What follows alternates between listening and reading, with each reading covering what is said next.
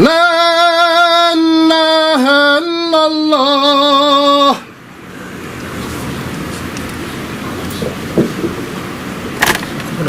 Doesn't matter which one I hold.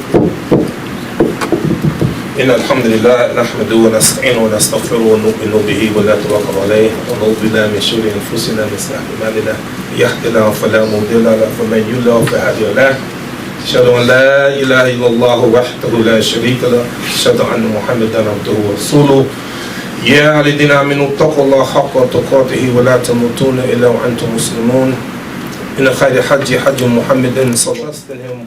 We bear witness that nothing deserves to be worshipped except Allah.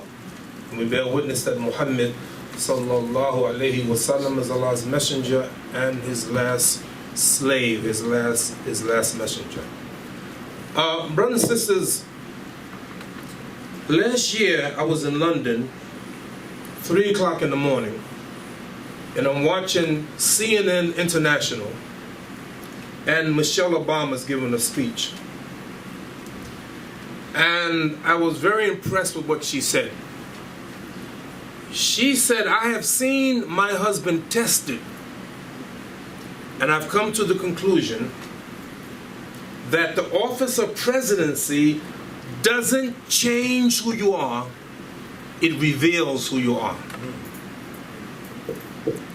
And that's what I'm going to talk about today, inshallah. One man saw the Prophet, peace and blessing be upon him, and said, Ya Kharubariya, oh, the best of creation. And I'm always interested, Imam, with how our Prophet ﷺ responds to everything. Here's a man saying to the Prophet, oh, best of creation. So I want to see what the Prophet ﷺ is going to say. He said, Dhaka Ibrahim. That's Abraham. The Prophet, peace and blessing be upon him, said, one prayer prayed in my masjid is better than 1,000 prayers in any other masjid. Ila al-Masjid al-Haram, except Masjid Haram, the house that Abraham built, alayhi salatu wasalam. In one prayer prayed in the masjid that Abraham built is better than 100,000 prayers prayed in any other masjid. I'm listening to a preacher giving a talk, and he said, he was quoting from, he said, Genesis, the 12th chapter and the 3rd verse. And I'm like this, if you tell me where it is, I'm going to check you out. So he stood there, Genesis, his name is John Hagee, and he said, God said, whoever curses Israel, God will curse. And whoever blesses Israel, God will bless. I said, I don't ever remember reading that. I was a Christian, I read the Bible, I don't remember that. So I got the Bible, I turned Genesis, the 12th chapter and the 3rd verse. You know what it says? Abraham. Whoever blesses Abraham, God will bless. And whoever curses Abraham, God will curse. So he has a book.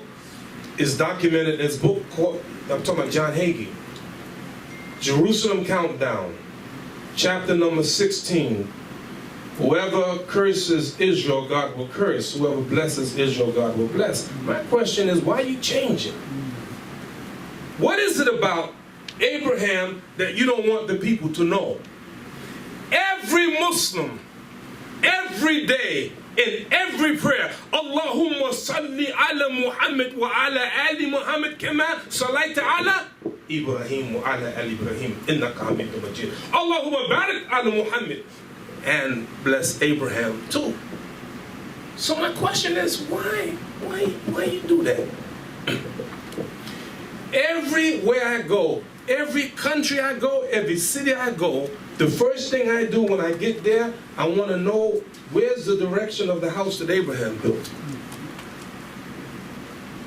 I got to pray. I got to pray in Europe. I got to pray in Africa. I got to pray in South America. I got to pray. What? The first thing I do, I want to know where is the direction of the prayer that Abraham made. The house that Abraham built. Every one of you bear witness. Kullu nafsin dha'iqatul maut. Every soul's going to die. We're going to die. Everybody know we're going to die. But everyone is going to be resurrected. I want you to imagine 100 billion people standing before Allah naked. And the Prophet, peace and blessing be upon him, said, the first one to be dressed on the day of judgment, Abraham. What is it about Abraham? وَاتَّقُوا اللَّهَ إِبْرَاهِيمَ خَلِيلٍ. And Allah did take Abraham as a friend. Don't misunderstand that word friend here. There's a lot of words in Arabic that means friend. Sadiq means friend. Wali means friend.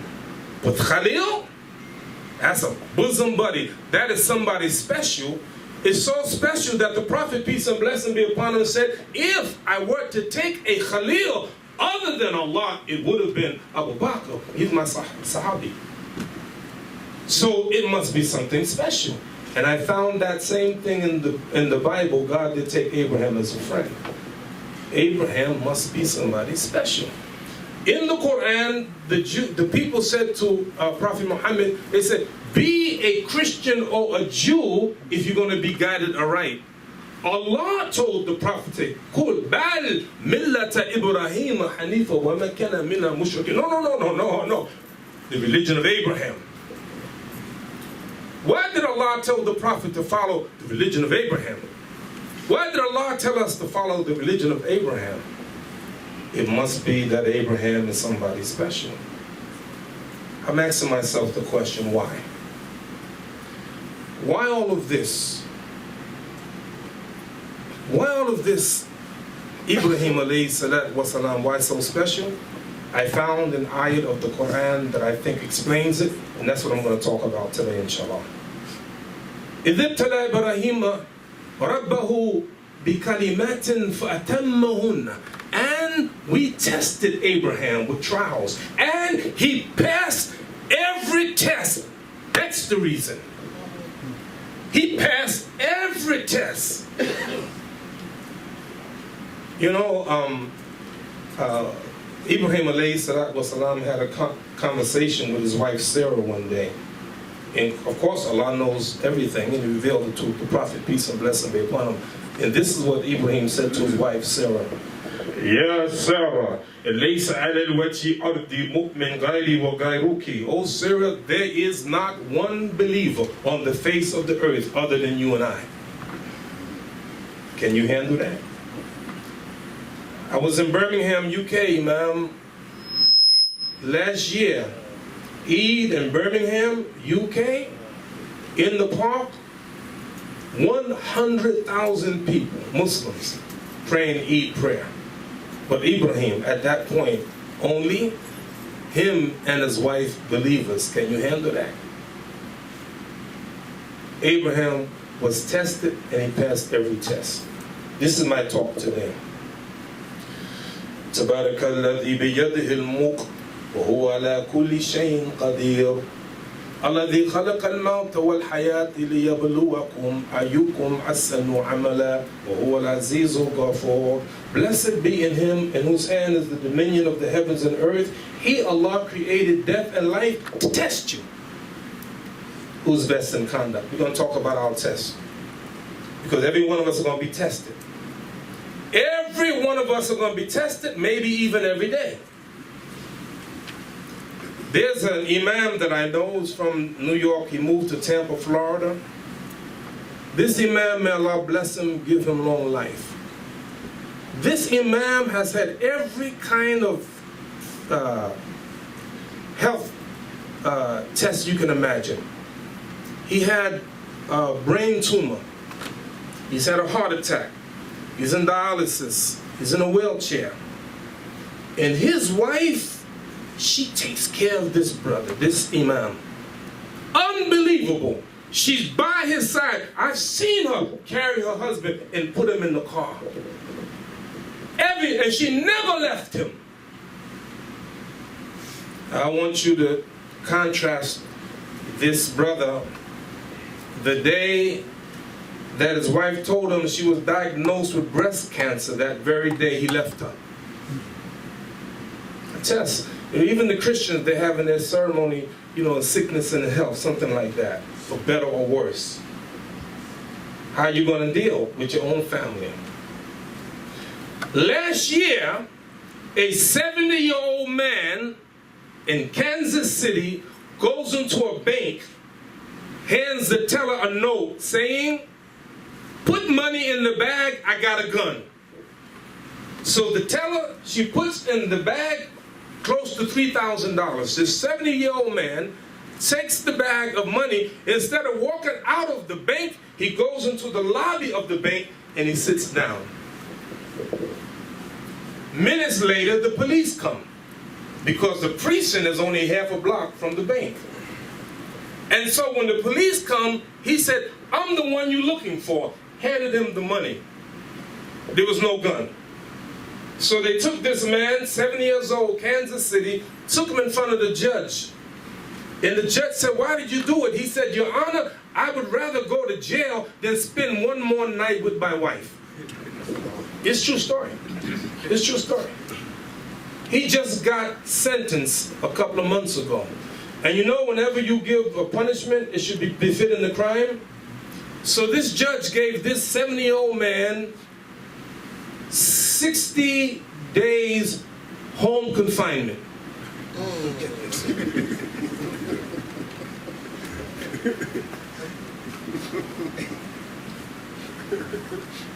For the record, the man and his wife reconciled. Test. You're going to be tested every day. For some people, Prophet Muhammad, peace and blessing be upon him, is a trial. He ain't a trial for us. We believe in the Prophet, peace and blessing be upon him. There's some people don't accept him because he ain't black. Don't accept him because he ain't Jewish. Don't accept him because they ain't from a tribe. We're not like that. We're not like that. Whoever Allah gives us as a prophet, because Kulli ummatin rasul, every nation has had a prophet. How dare you reject the prophet just because he ain't of your ethnicity, he's not from your tribe, he ain't from your color. There's no test for us. So all of us, we're going to be tested in ways that you can imagine. Our masjid had to raise some money a few weeks ago, some work we had to do in the masjid. So we raised Jummah prayer something like $30,000. I might try to do that today, man. Raise $30,000 here today. So we raised about $30,000. I go in my office and there's a brother, one of the brothers from the staff, he's counting the money. I tell him, "Brother, don't count that money by yourself. Get somebody, count with you." He said, "Imam, you know me. My trial ain't money. My trial is women." I said, "Yeah." I laughed. I said, "You're right. But get somebody to help count that money." You don't want to put yourself in a position where the test is too much, where you're going to fail. We have every kind of test that you can imagine. There's a brother told me, he said, "Imam, if Allah bless me to go to Jannah, in Jannah, all I want to do is smoke me some weed." And he's an Imam.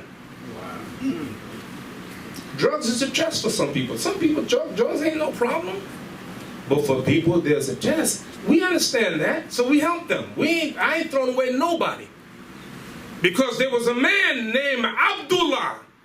He had the nickname of Himar, donkey. During the time of the Prophet, peace and blessing be upon him, he couldn't stop drinking. Always drinking, always drunk. And they would bring him to the Prophet, peace and blessing be upon him. And the Prophet would take, scold him. And one man cursed him. He said, "Don't curse him. I'm telling you, this man loves Allah and his messenger." So there's difficulty. There's test. We're always tested. But the question is, will we pass the test when the test comes? When your test comes and my test comes, will you pass it? And I'll be honest with you, brothers, most of us, most men, their biggest test are women. Yeah. There's some brothers now call themselves Muslims. They living with women right now. They're living with women. You don't know what they do when they come here to Masjid, man. They make salat and all that, but they go to their woman. It's a test. The Prophet, peace and blessing be upon him, said, there's no test I left more difficult for the man than the woman. Then if you know your test is the woman, get married. Get married. Because you don't want to fail the test and have to stand before Allah subhanahu wa ta'ala. So brothers and sisters, all of us are going to be tested, and we ask Allah subhanahu wa ta'ala to help us pass our test. Alhamdulillah Rabbil Alameen.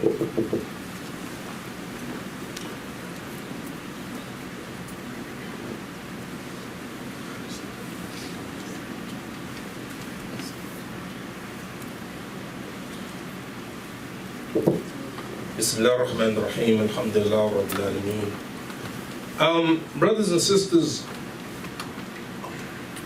I'm going to leave you.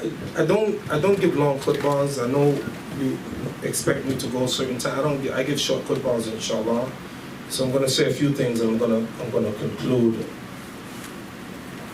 I'm going to quote here from who might be one of the greatest historians of our time. His name is Arnold J. Toynbee. Arnold J. Toynbee from England, one of the greatest historians of our time. Let me tell you what he said. He said 4 things, and I'm going to try to conclude with these 4 things that he said. He said, number 1, civilizations die from suicide, not murder. Civilizations die from suicide, not murder.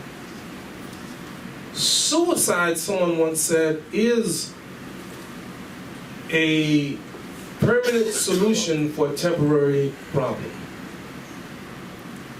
So people take their lives. In Japan, an old man had no work, no income. He collected bottles to make money. He was depressed, he killed himself. I think in America, something like 30,000 people take their lives every year. Civilizations die from suicide, not murder. Last week, something happened to me that always happens. I was about 25 feet from a brother, and he was smoking a cigarette. And he didn't see me. It happens every time. I knew that when I got close to him, he gonna hide the cigarette. You do not know, he knows. Because if you drinking water, if you see me, you're not gonna hide the water. Why you hide the cigarette? Because you know that is wrong. I'm telling you here, in case nobody, if you're not sure, cigarette smoking is haram. Cigarette smoking is haram.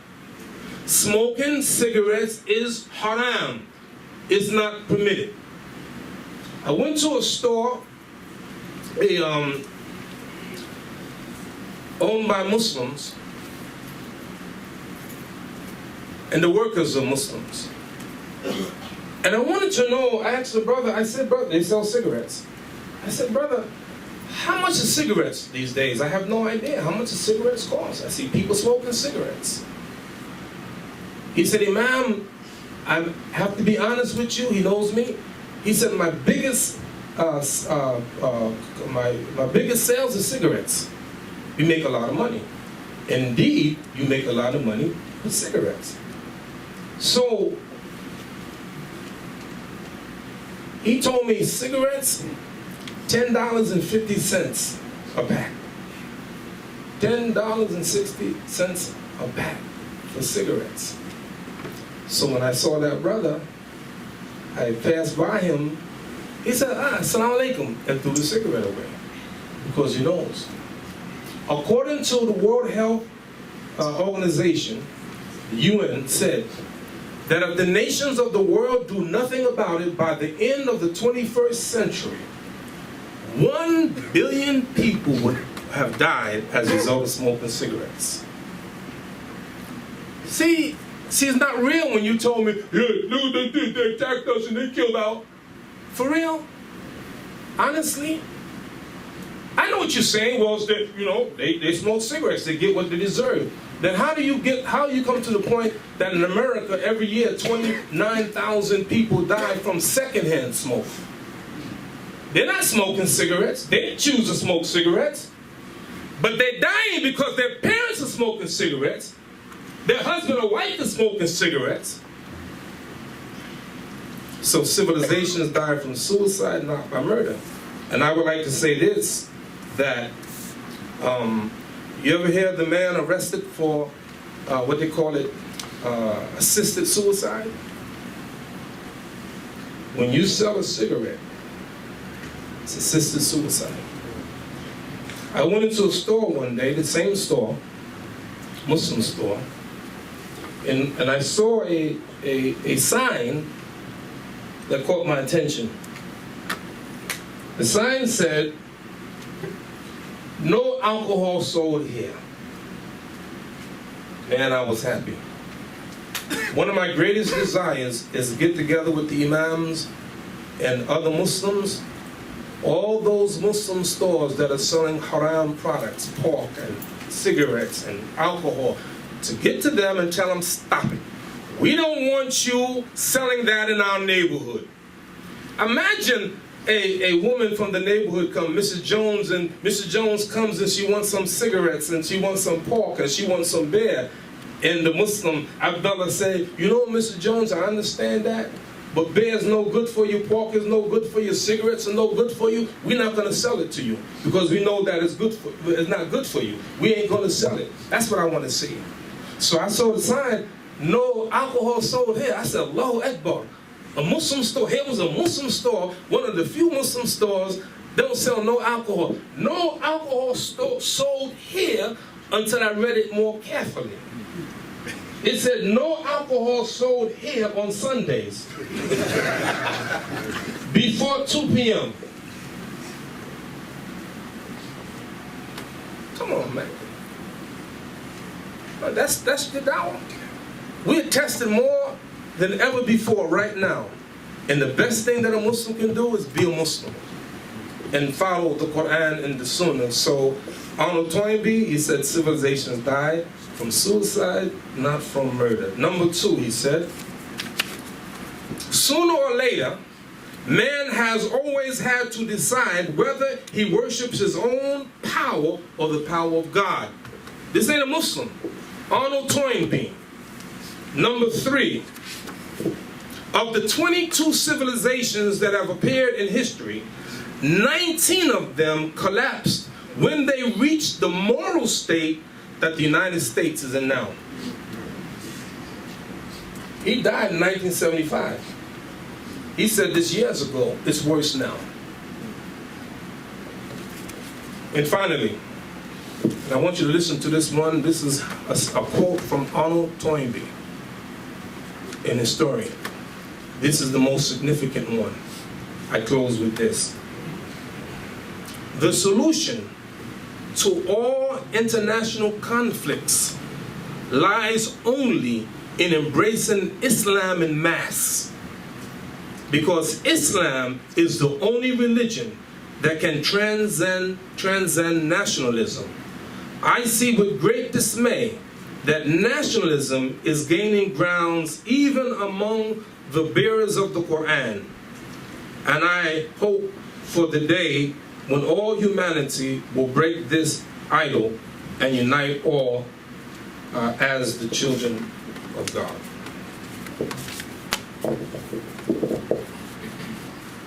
Brothers and sisters, if you permit me to be frank, the problem of the world right now, in my opinion, is us.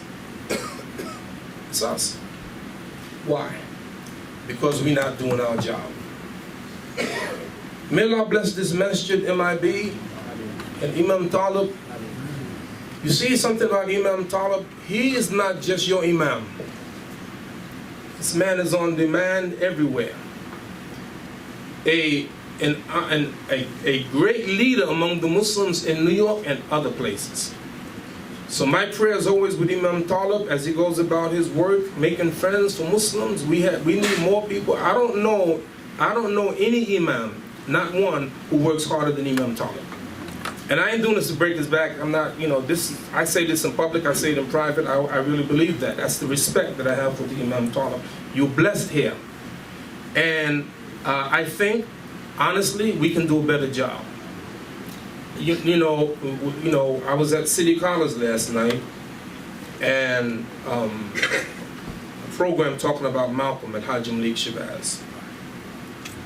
And when you be honest, if you really study the life of Hajj Malik Shabazz, if you really study him, really the knowledge of Islam, very little. Just think about it for a minute. March 1964, he declares his independence, separation from the Nation of Islam. Think about it. That's March. April, he's making Hajj. And the rest of the year, he's traveling to Africa. You tell me the time that he had to study Islam. If you're not sure, go read the autobiography of Malcolm X in the chapter called Pilgrimage. He was in Mecca. He said, I was a minister in the Nation of Islam for 12 years, and I don't even know how to make salat. That's what he said. 12 years. He said, I had to look at the people next to me and mimic them so I know how to make my salat. I'm not saying this to put Malcolm down. That's my point. I'm making a bigger point. A man came to the Prophet, peace and blessing be upon him, and said, Uqatilu al-uslimu. Should I fight or become a Muslim? The Prophet said, Aslim thum muqatil. Become a Muslim first, then fight. For Aslama, he accepted. Waqatila, he fought. Waqutila, he was slain. And the Prophet said, Amila qalilin wa ujra kathirin. He did a little bit of deed and got big reward. This man didn't make one salat. This man didn't fast one day of Ramadan. He did none of that. No dhikr, no nothing, but Allah blessed him. So Malcolm al-Hajj Malik Shabazz, he, with a little, really, knowledge of Islam, really, he's a good orator, good speaker, all that, charismatic, all that, yes. Brave, courageous, all of that, yes. But the Prophet said, فَيَكُنْ أَوْلَى مَنْ تَدْعُوهُمْ إِلَىٰ أَنْ يُوَحِّدُ اللَّهَ تَعَالَى. Let the first thing you do when you invite them the oneness of Allah. You want to give da'wah? The first thing you do, you tell them about Allah, because that's the issue. That's the burning issue. It's the oneness of Allah. You got to let the people know this word, La ilaha illallah, is one of the most revolutionary messages ever. The most revolutionary message. La ilaha illallah. He said, and then when they understand that, then inform them they have to make prayer 5 times a day. Imam, I was in the Nation of Islam. I prayed, but I didn't make salat. The Prophet said, Sallu kama ra'aytumuni usalli. Pray as you see me pray. So prayer isn't standing facing the east and standing like, that's not prayer. Prayer is what the Prophet taught us. Imam, since 1975, when I accepted Islam for real, I studied the other day, calculated, I made more than 78,000 prayers. 78,000 prayers. Made Hajj 6 times, alhamdulillah. Fasted in the month of Ramadan. Why is that important? Because if you study the Quran and the Hadith, you will find out every once in a while, in the hereafter, the people in Jannah will speak to the people in the hellfire. The people in the hellfire will speak to each other. Allah will speak to some people in the hereafter. And I'll give you a couple examples, then we close. Allah, in the Quran, the people in Jannah will ask the people in hell, مَنْ سَلَكَكُمْ فِي سَقَرٍ? What are you doing there? What are you doing in the hellfire? قَالُوا لَمْ نَكُمْ مِنَ الْمُصَلِّينَ. They said, we are those who didn't make salat. You kidding me, man? You ain't making your salat? You serious? That's a test. You have to make your prayer every day. Get up in the morning. You too tired? Allah created you, gave you life. You too tired? People too tired to get up? To make salat? No, 5 times a day. In interesting when the Prophet ﷺ went to Allah, and Allah told him 50 prayers a day. And listen to the words of the Prophet. These are his own words. فَرَجَعْتُ بِذَلِكَ حَتَّى مُرَاتُ عَلَى مُوسَى. And I returned with that until I met Moses. Wait a minute. Allah told you to make 50 prayers a day? And you ready to do it? Yes, sir.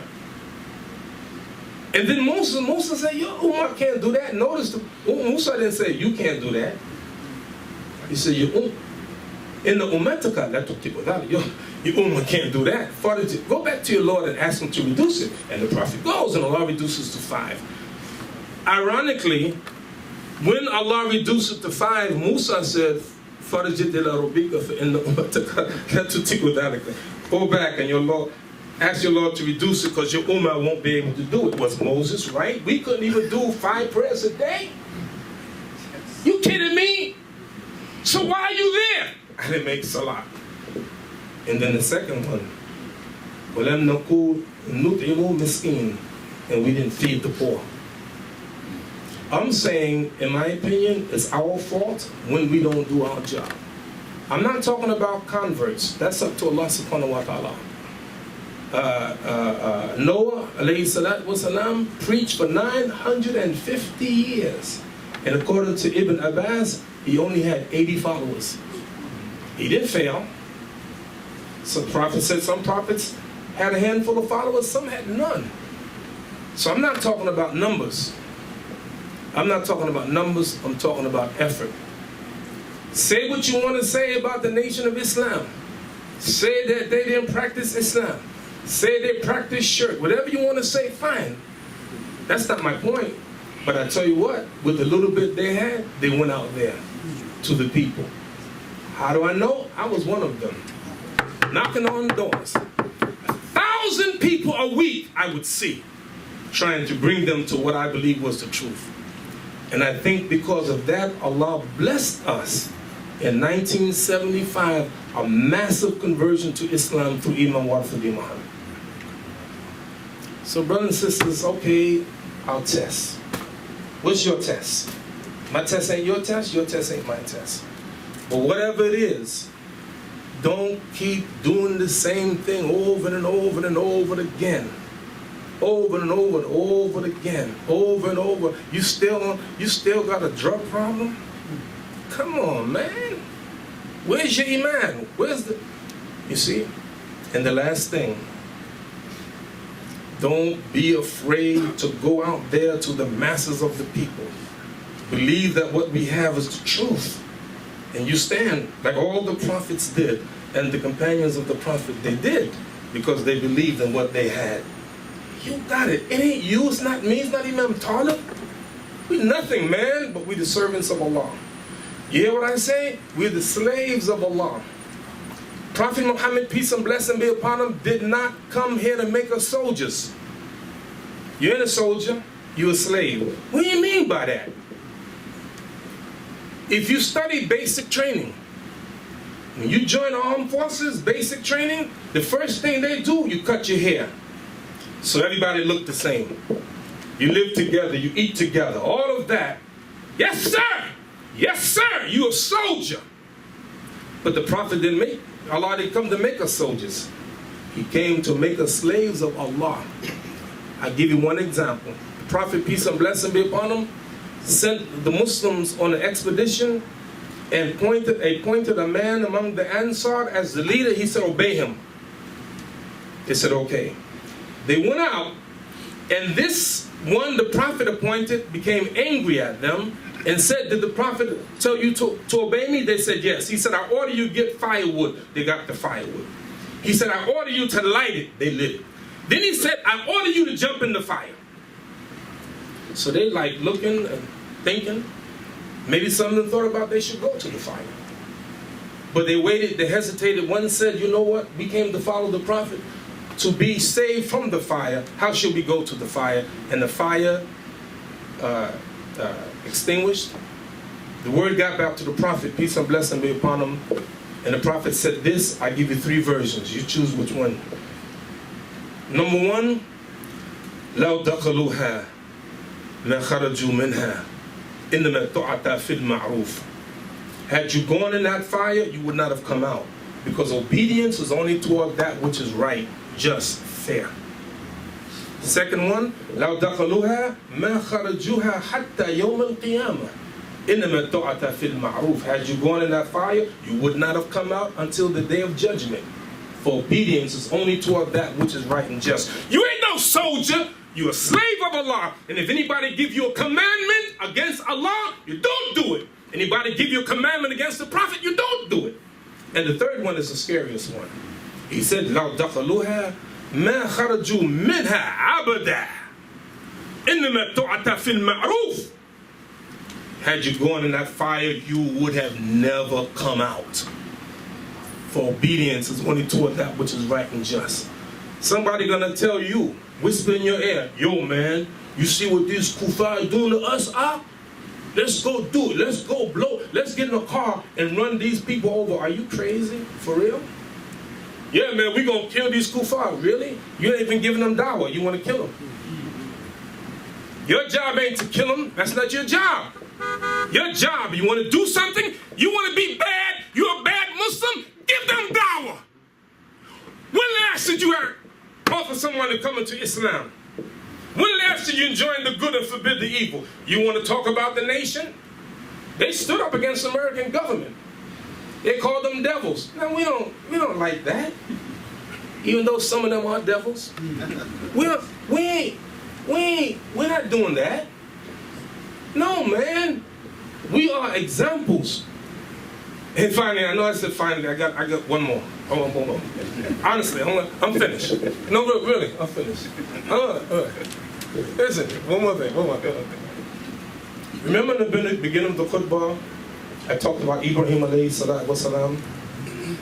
I want to close with this because I don't want you to miss this point. We love Prophet Ibrahim alayhi salatu wasalam. He's the man. But think about this.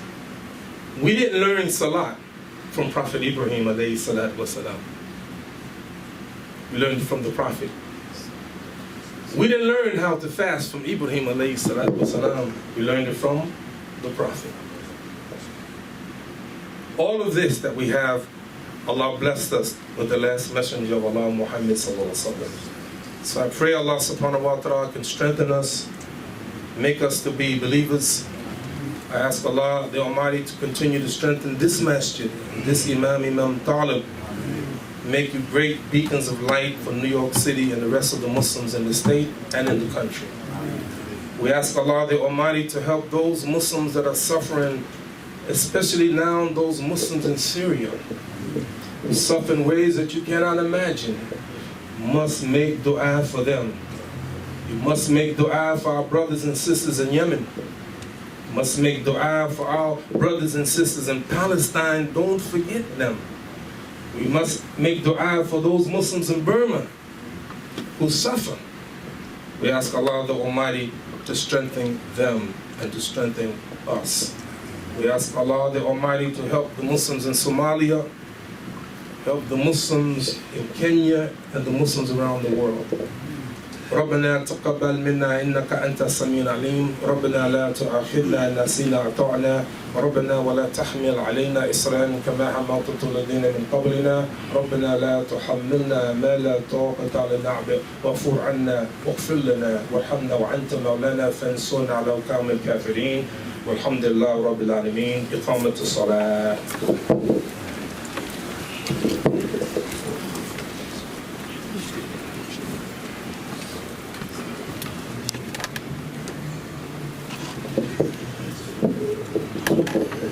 الله أكبر الله أكبر أشهد أن لا إله إلا الله أشهد أن محمدا رسول الله حي على الصلاة حي على الفلاح قد قامت الصلاة قد قامت الصلاة الله أكبر لا إله إلا الله.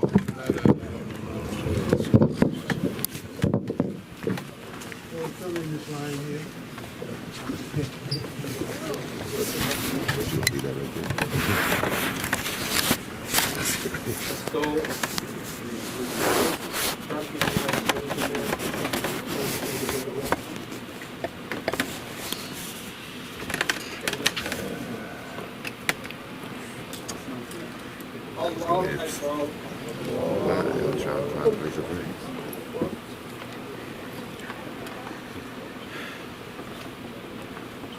الحمد لله رب العالمين الرحمن الرحيم مالك يوم الدين إياك نعبد وإياك نستعين اهدنا الصراط المستقيم صراط الذين أنعمت عليهم غير المغضوب عليهم ولا الضالين.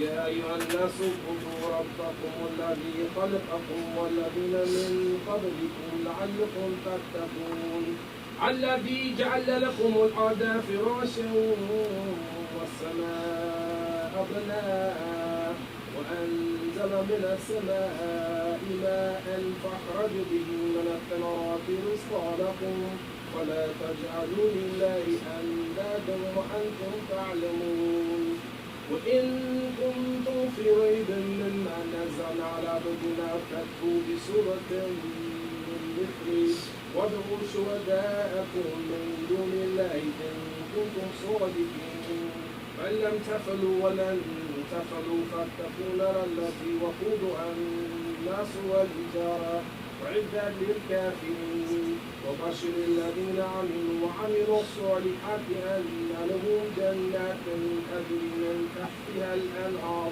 كلما رزقوا منها من ثمرات رزقا قالوا هذا الذي رزقنا من قبل وأتوا به متشابها ولهم فيها أزواج مطهرة وهم فيها خالدون. الله أكبر.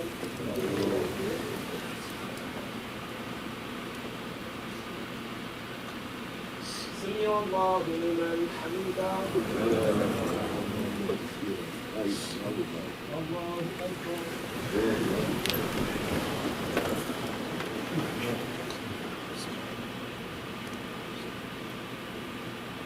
الله أكبر.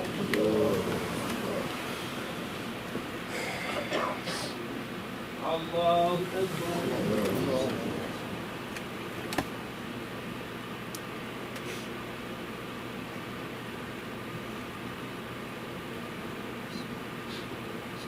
الله أكبر.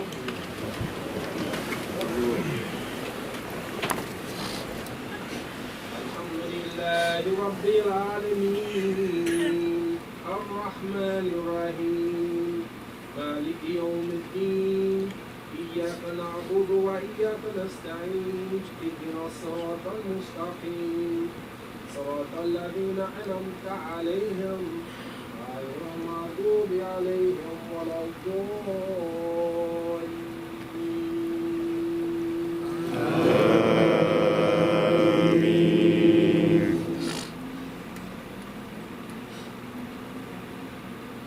كل نفس ذائقة الموت إنما توفون أجوركم يوم القيامة فمن زحزح عن النار وأدخل الجنة فقد فاز وما الحياة الدنيا إلا متاع الغرور. الله أكبر.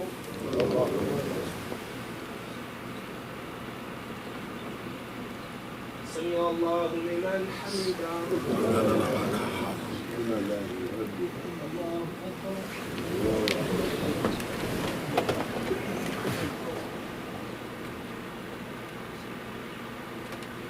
الله أكبر.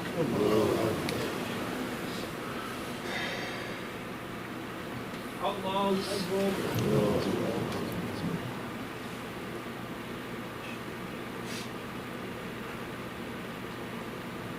الله أكبر.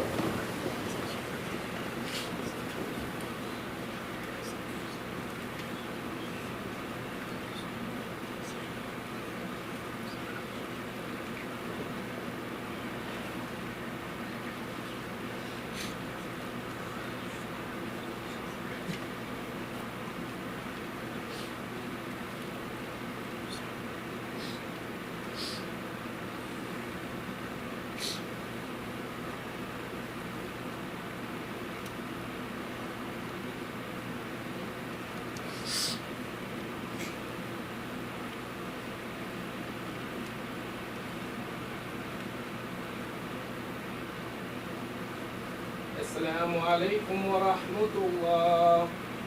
السلام عليكم ورحمة الله. السلام عليكم ورحمة الله. السلام عليكم ورحمة الله. Assalamu alaikum wa rahmatullah. Brothers, a couple of quick things before you begin to read. First of all, we thank Allah subhanahu wa ta'ala. Can I get a little more volume on this mic, please? We want to thank Allah subhanahu wa ta'ala for a visit from Imam Siraj today. May Allah reward him. Reward him for his khutbah. I have to correct one thing. Imam Siraj said he's talking about, how in demand I am. He the one in demand all over the world. You don't know how far in advance I had to book him in order to get him. But we're so glad. We're glad to have him here in South Central Harlem. And so then secondly, give your attention please to Brother Mika, especially brothers heading for the door. You got to get back to work, but give the assistant imam your quick attention while he makes a couple of quick announcements.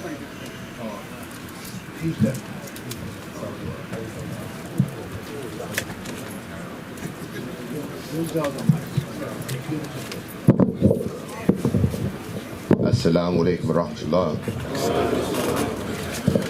First again, I guess, it's important to echo what Imam Talib Abdul Rashid said and thank Allah subhanahu wa ta'ala for the khatib and the message that he gave.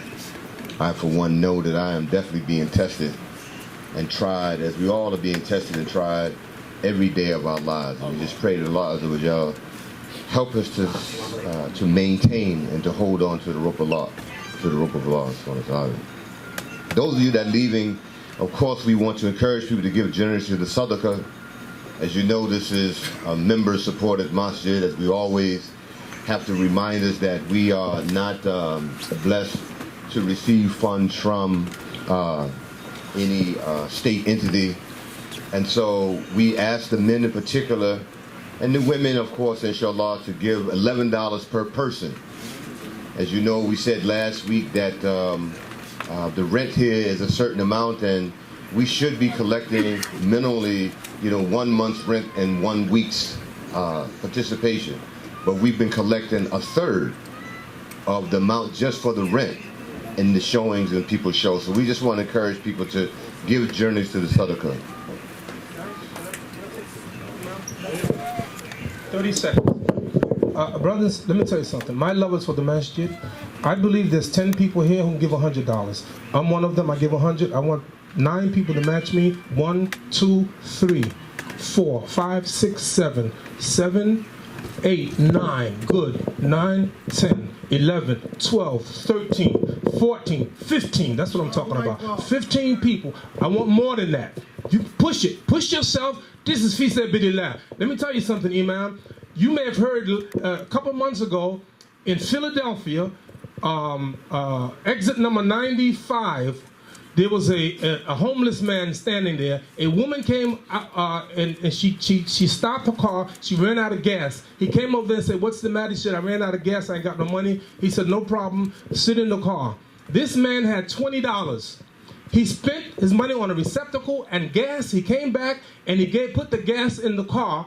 That woman came back 2 days later and thanked him. She set up a GoFundMe page and raised within 2 days for that man $300,000. You have to believe that Allah give you back more than what he gave that homeless man. So we got 15. I'll get 3 more seconds. We got anyone else? 15 people. 16, 17, 18, 19, 20. Good. 21. That's what I'm talking about. May Allah bless you. Make sure you put that money in there. I'm looking at you.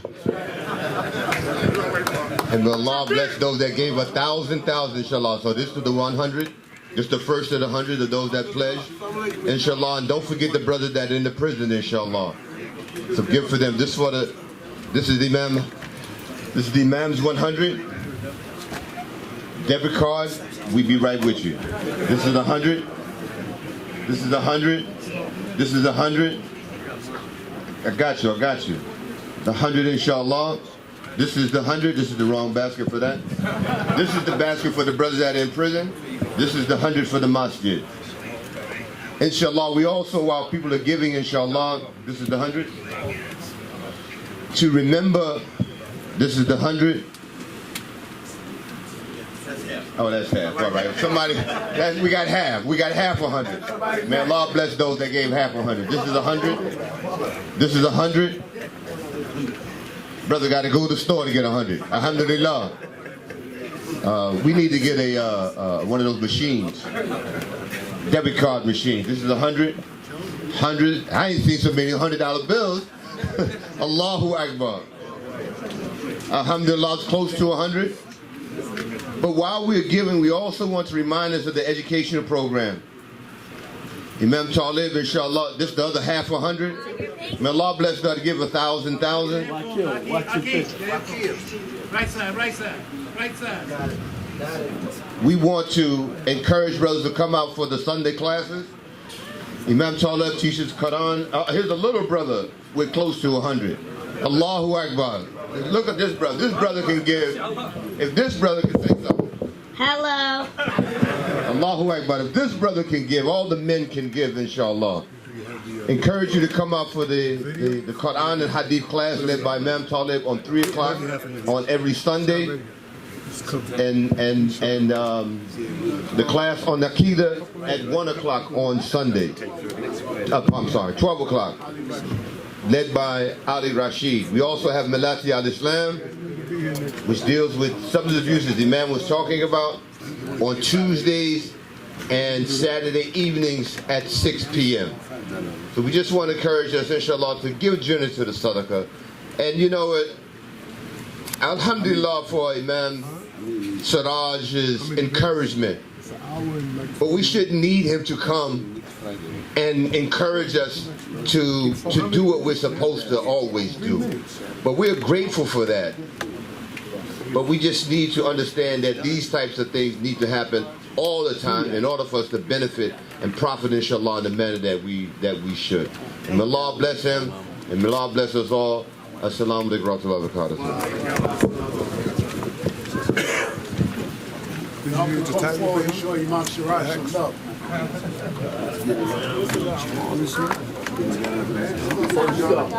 Post up around.